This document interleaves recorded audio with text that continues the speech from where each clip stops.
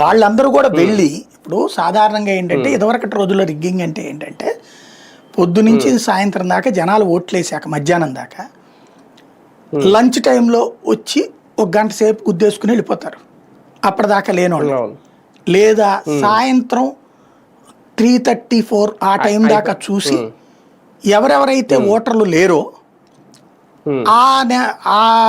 అంటే రాలేదు ఏరియాలో లేరో రాలేదు ఆబ్సెంట్ అయ్యారు అవన్నీ టిక్ కొట్టించుకుని వీళ్ళు వేసేసిపోయే పద్ధతి ఉండేది అప్పట్లో.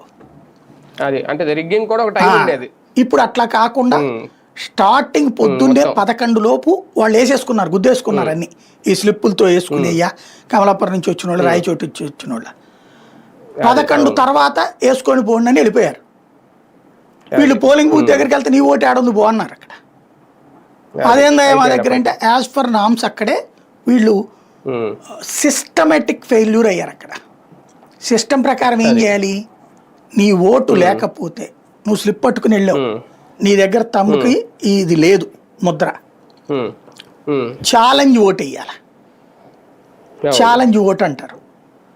10 రూపాయలు 15 రూపాయలు కడితే ఓటిస్తారు. అట్లాగా ఈ ఓట్లని పక్కన పెట్టి ఉంచుతారు. అక్కడ కౌంటింగ్ అప్పుడు నెక్ టు నెక్ వచ్చింది అనుకోండి, ఇవి ఛాలెంజ్ ఓట్లు ఎక్కువ వచ్చినాయి అనుకోండి, 1000 పైన వచ్చినాయి అనుకోండి,